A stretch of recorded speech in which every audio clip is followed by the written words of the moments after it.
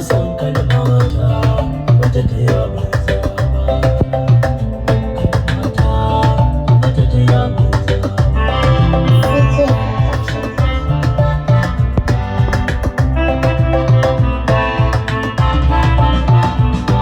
Na zauna baya gargadi ba, sai ya shiga ban hankali ba,